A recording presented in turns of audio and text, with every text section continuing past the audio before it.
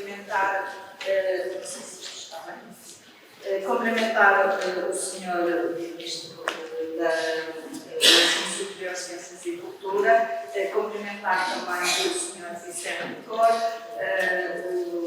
demais autoridades académicas presentes, e cumprimentar sobretudo os presentes na sala, estudantes, professores. Eu vou falar, como foi pedido, da importância do ensino de português como uma língua segunda em Portugal.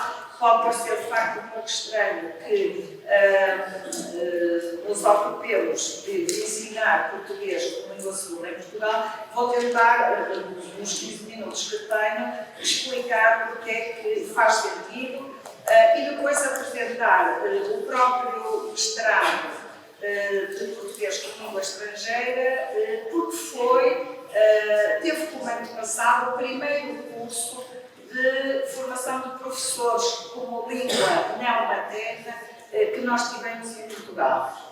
Há sim alguns motivos pelos quais faz sentido falar de português como língua não materna de Portugal. Eu elencava 3 motivos. O primeiro deles é que nós somos, em Portugal, um país que eu gosto de imaginar como um país que faz pontes, que estabelece pontes e que desde há muitos séculos estabelece pontes. Nós temos sido um país de emigração com E, somos um país de emigração com E há muitos séculos e somos um país de emigração com E do século XX, no século XIX, no século XX, com muita intensidade. Isso que significa que temos espalhados pelo mundo muitos descendentes de portugueses, muitos portugueses de segunda e de terceira geração, pelos quais temos que olhar também enquanto país. Ou seja, como devem saber, há uma parte do trabalho do Instituto Camões, o chamado ensino do português no estrangeiro, que se ocupa do português como língua direta para mais de 3 milhões de portugueses que, vivendo fora de Portugal, muitos deles já têm muito pouco contacto com a língua. Ora, por questões identitárias, por questões de não perderem o vínculo afetivo e identitário com o país disponibiliza ensino do português para essa vasta comunidade do português como língua direta. Portanto, eis aqui um motivo para nós portugueses nos preocuparmos também com como é que se ensina português, língua não materna. Muitas vezes esse português já não é a língua materna dessas crianças e jovens. Por outro lado, nós somos cada vez mais agora um país de imigração com língua. Nós recebemos neste momento muita imigração estrangeira. Claro que parte dessa imigração é falante de português. A nossa maior comunidade de imigração com I é brasileira, portanto, são pessoas que falam português. Mas, além dessa comunidade, há também muitos falantes de português dessa comunidade que não têm português de maneira nenhuma, portanto, que chegam sem conhecer a língua. Eu fui um post que apanhei no Facebook um dia destes, e que é interessante porque é do Instituto Nacional de Estatística, que diz que das 240 mil pessoas residentes que não nasceram em Portugal e falam uma língua estrangeira em casa, até aos 15 anos, quase 50% teve aulas de português em Portugal, tendo 71% frequentado a escola e 16% aprendido em outro tipo de associações. Ora, se a nossa escola hoje em Portugal tem estas crianças que vêm de línguas completamente diferentes, nós temos que pensar como é que se ensina português como língua não materna, porque estas crianças não têm português como língua materna. E daí que hoje haja, por exemplo, na minha universidade, nos mestrados em ensino, para ensino do português como língua materna, etc., uma unidade curricular, uma disciplina que se chama Didática de Português de Língua Não Materna, porque o professor de português pode perfeitamente ter na sua sala 3 ou 4 nacionalidades, para além de lusofalantes, portugueses, brasileiros, cabo-verdianos, etc. Por outro lado, nós também temos uma óbvia responsabilidade enquanto membros da comunidade de países de língua portuguesa, em acudir, não é? Em ajudar, em participar na formação de professores de português, que muitas vezes em alguns países da CPLP não são português de língua materna, não é? Como é o caso de Timor. O português será uma língua segunda, é claramente uma língua não materna. E por estes três motivos nós temos fatalmente que nos confrontar com isto. Ora, há uns anos foi criada na Faculdade de Letras, há uns anos já largos, um diploma chamado Diploma Universitário de Formação de Professores de Português de Língua Estrangeira, que era um curso de especialização de um ano, foi uma sugestão do Instituto de Camões, diretamente à Faculdade de Letras, foi a primeira formação de professores de português como língua não materna. E é desse primeiro curso que o nosso mestrado é uma espécie de neto, digamos assim. Porque, entretanto, quando esse curso acabou, foi criado este curso de especialização, que também durava um ano, e quando findou esse, abriu o mestrado. Ora, esse primeiro curso é um curso muito interessante, porque foi criado, como eu disse, por sugestão do Instituto Camões. A ideia, nos primeiros anos, funcionou praticamente só para estudantes estrangeiros e sempre com bolsas do Instituto Camões.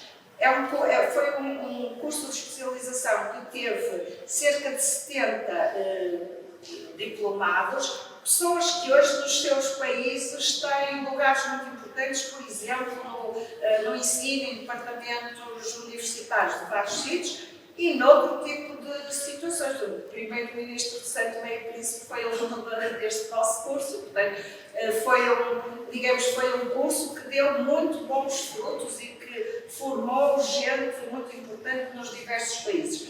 Tinha, aliás, uma cláusula em que se dizia, no Diário da República, que devia haver uma atenção especial aos estudantes vindos dos países africanos de língua oficial portuguesa. Isto foi nos anos 90, no princípio dos anos 90, porque Timor ainda era um país independente e realmente houve essa preocupação. Se virem, isto é um excerto do Diário da República, diz-se claramente que, que o curso tem o apoio do Instituto Camões, que foi absolutamente fundamental, e que, para além de uma preparação mais técnica, de formar professores, neste caso estava-se a pensar sobretudo na designação de língua estrangeira, que não cobre bem aquilo que nós queremos, que também tivessem uma preparação cultural, literária, etc. Portanto, a história deste curso já tem mais de 25 anos. Nós fomos acumulando um capital de experiência do que era ensinar professores, ensinar futuros professores de português como língua não materna. Quando este curso acabou, foi substituído por um outro curso de especialização, que foi de duração mais curta, e finalmente pelo mestrado em português, língua segunda, língua estrangeira, que existe desde 2018. Eu não sei se para entrar em outras coisas aqui, o que é que eu faço? Faço assim, faço aquilo. Se fizer assim, vai entrar. Então eu vou explicar porque é que eu estou aqui a pôr estas coisas. Agora pensei mais, desculpa. Este mestrado, só para terem um pouco a noção da extensão do que nós já formamos de professores de português como língua não materna, já teve 343 diplomados que acabaram relatórios, fizeram estágio, acabaram relatórios. É eminentemente profissionalizante. As pessoas falam, há muitos ex-alunos nossos, muitos ex-estudantes nossos que podem testemunhar, as pessoas fazem um estágio, têm de dar aulas, dão aulas acompanhadas e ao mesmo tempo têm um seminário, ao mesmo tempo fazem um relatório, que é uma espécie de dissertação final. Para terem uma ideia, neste momento nós temos 34 estudantes, dos quais só 24 são estrangeiros e só 10 é que são portugueses. Portanto, isto é um curso que tem cada vez mais gente de fora, que é mais atrativo para pessoas de fora. Eu pus os países, o nome dos países, dos atuais estudantes, por ordem alfabética, exceto Goa. Mas, se fosse pô-los por ordem de número, não era assim. A esmagadora maioria dos nossos alunos vem da China. E nem sequer é de Macau, é da China. Da China. Também há de Macau, mas são sobretudo o que temos mais neste momento são alunos chineses. Mas também temos, como tem aí, brasileiros, moçambicanos, italianos, temos uma menina de Timor-Leste, a Zeferina, temos do Vietnã e temos uma menina de Goa. Mas já tivemos muitos outros alunos vindos de muitos outros locais, como os colegas que estão aqui, que frequentaram o estrado, tiveram colegas franceses, húngaros, ucranianos, peruanos, etc. Portanto, é um estrado que tem uma grande variedade de frequência. Por outro lado, como o Dr. João Neves já disse há pouco, é um estrado, como disse assim, mas enfim, falou no assunto, é um estrado em que nós temos tido a preocupação de apresentar o português, não apenas o português de Portugal, o português europeu, mas de apresentar uma visão muito pluricêntrica da língua, porque esta língua é muito variada e é falada de diferentes formas em diferentes locais. Portanto, nós temos uma disciplina, uma unidade curricular do primeiro ano que se chama Variedades do Português, em que justamente se aprende um pouco isso, características do português do Brasil e da Angola e do Moçambique, e esperemos que, muito brevemente, também características do português que se fala em Timor, porque já há pessoas a fazerem estudos neste sentido. Temos também uma disciplina de temas de literatura dos países de língua portuguesa, e realmente é a literatura dos vários países. Os nossos estudantes chineses também leem o Luís Cardoso, tem que ser assim, e temos também temas de cultura dos países de língua portuguesa. Portanto, nestas três disciplinas temos muita preocupação de apresentar o português não como uma língua homogénea, que é uma coisa que não existe do ponto de vista linguístico, mas como uma língua realmente com uma enorme variedade, e também é isso que faz alguma dificuldade, mas também um encanto da língua.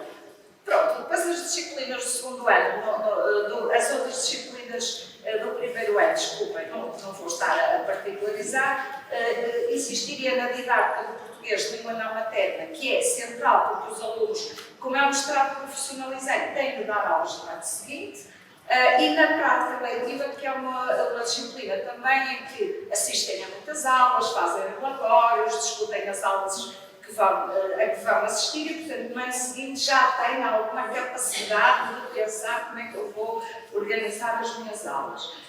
No segundo ano, o que fazem é o estágio, tem um seminário e tem que fazer um relatório, e nós também aí no segundo ano procuramos atender à questão da variedade da língua portuguesa, dos vários contextos em que ela é ensinada e aprendida, e dos vários países, e até dos vários estatutos, se ela é aprendida como uma língua estrangeira, se é aprendida como uma língua segunda, que num país em que, apesar de tudo, é falada, é ouvida, etc. E, portanto, tentamos ter atenção a isso. Pronto, já que eram 243 plantares, desculpa. Eu dou aqui assim alguns exemplos que foram quase aleatórios, não foram bem aleatórios, que eram procuradores do Timor, mas enfim, alguns exemplos de relatórios de estágio que foram feitos por diferentes estudantes e que mostram justamente que não temos minimamente a preocupação de só queremos trabalhar sobre o português europeu.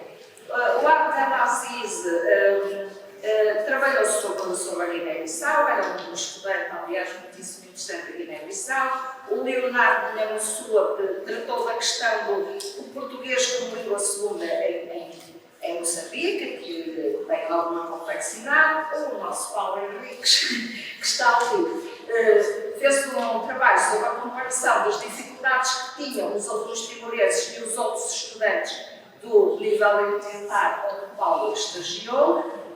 O Marcos Cabral, que provavelmente também conhecem, que está a fazer agora o doutoramento, trabalhou o uso do técnico como língua de mediação para o ensino português.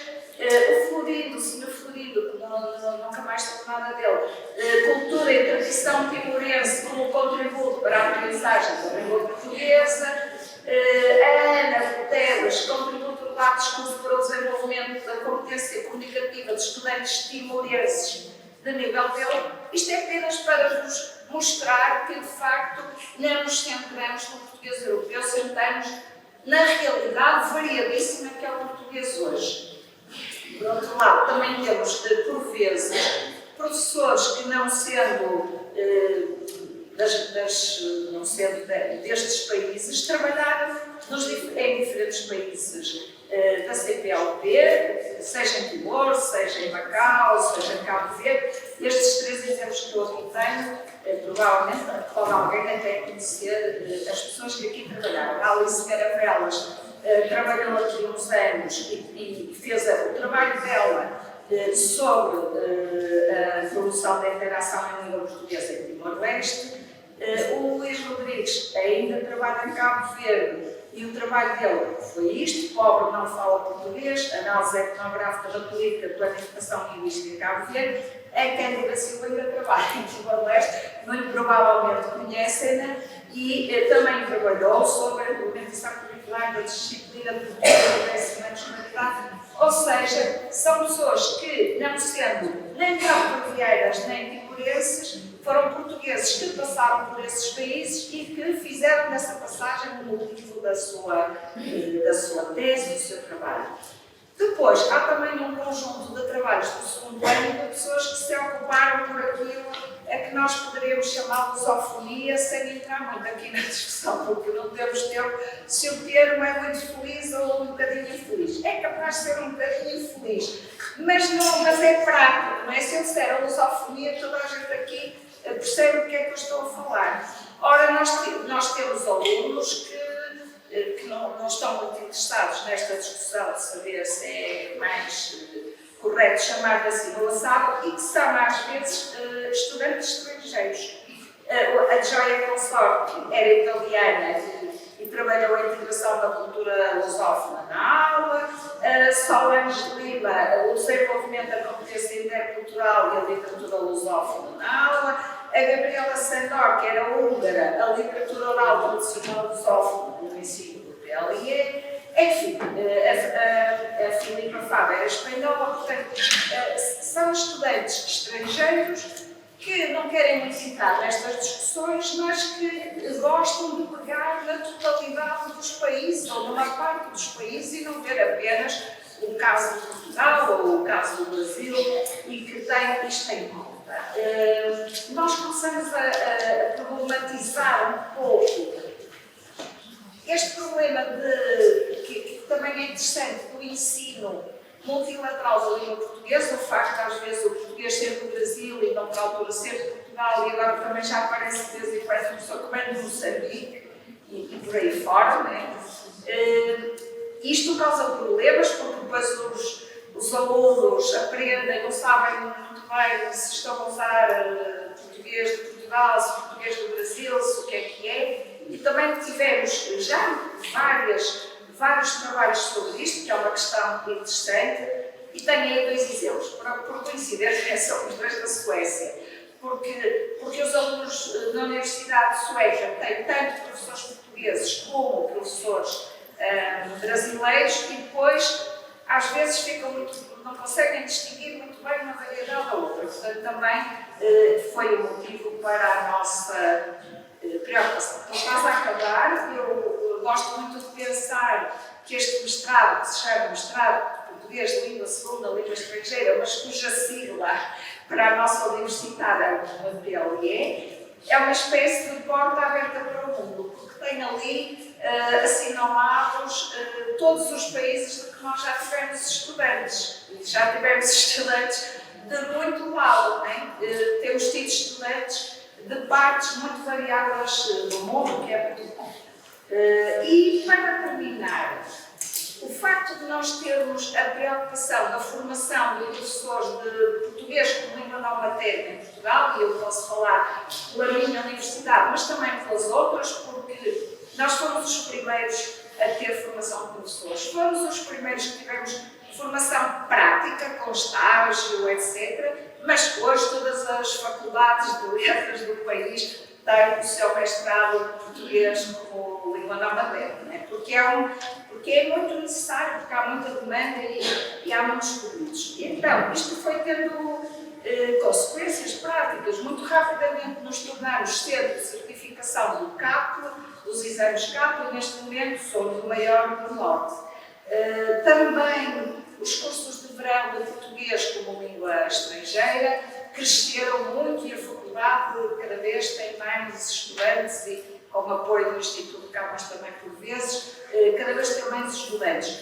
O curso, estes cursos por medida, não imaginam os pedidos que temos. Nós todos os anos temos vários cursos por medida para Macau, com estudantes que vão passar um ano ao Porto e depois voltam para Macau. Temos este curso de Estocolmo, que é um semestre inteiro, os alunos vêm fazer um semestre inteiro no Porto. Temos da Universidade de Berkeley, Califórnia, também há muitos anos, vem durante 3 semanas no verão para o Porto fazer um curso. Agora tivemos um pedido do Ministério da Educação francês, que também quer um curso para os professores de português em França. Por outro lado, temos o CAP com 2 P's, que é um curso de atualização. No início era um curso de atualização de leitores, tinha no início 2 semanas, agora só tem uma, e que já vai na 17ª edição, também com algum apoio do Instituto Camões, e também com muita procura e muitas pessoas. Porque fomos fazendo isto assim, de uma forma que cresceu muito, também fomos obrigados a entrar em alguns projetos de investigação, porque depois o ensino não se faz sem a correspondente investigação. Então, dou-vos aí exemplo de 3 ou 4 projetos. O INEX, que quer dizer Why English is not enough, e não é. O Welcome, o projeto FAB, que tem este FAB, é uma sigla, mas enfim, era Find a Delightful Opportunity to Learn Portuguese Through Internet and Songs. E agora temos este projeto Elbow for Slav, que está neste momento em vigor. Tem um MOOC que podem fazer a partir de fevereiro, vai ter uma nova edição. É gratuito, é um MOOC de português em contexto académico, discurso académico em português. Foi pensado para estudantes eslavos, mas qualquer estudante pode fazê-lo e é um curso gratuito. E por fim, porque nós vamos querer também, ao longo dos tempos, uma responsabilidade social, enfim, de não tratarmos só do que é a nossa casa. Quando se deu a invasão da Ucrânia, até por impulso de um conjunto de estudantes que vieram dizer que temos de fazer qualquer coisa, nós em menos de um mês organizamos um curso com estudantes, professores, ex-estudantes, e demos formação em português a 200 refugiados ucranianos. Portanto, estas coisas depois vão puxando umas pelas outras e é mais ou menos isto que eu vos queria dizer. Portanto, muito obrigada.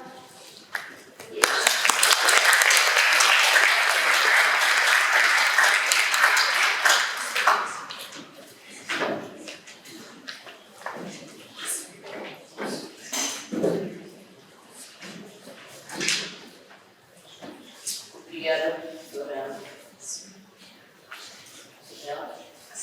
A seguir, temos a professora doutora Maria Helena Araújo Carreiro, que fala sobre a importância do ensino de português na Europa. É professora catedrática emérita da Universidade de Paris, Laboratório de Langue, área linguística portuguesa e também linguística comparativa português-francês. Dirigiu o Departamento de Estudos dos Países de Língua Portuguesa da Universidade de Paris durante 19 anos e ensinou nesse departamento durante 41 anos. Lecionou língua portuguesa desde a iniciação à especialização linguística portuguesa, diferentes conteúdos em licenciatura de português, fonética, fonologia, morfologia, sintaxe, semântica, lexicologia, história da língua. E mestrado no ramo de investigação de estudos lusófonos, Master. Análise linguística de textos literários em português. Obras de autores de diferentes países de língua oficial portuguesa, para Timor de Luís Cardoso. Em doutoramento de estudos portugueses, brasileiros e da África lusófona. Orientou teses em que a componente linguística estava sempre presente, em particular semântica, pragmática, análise de discurso.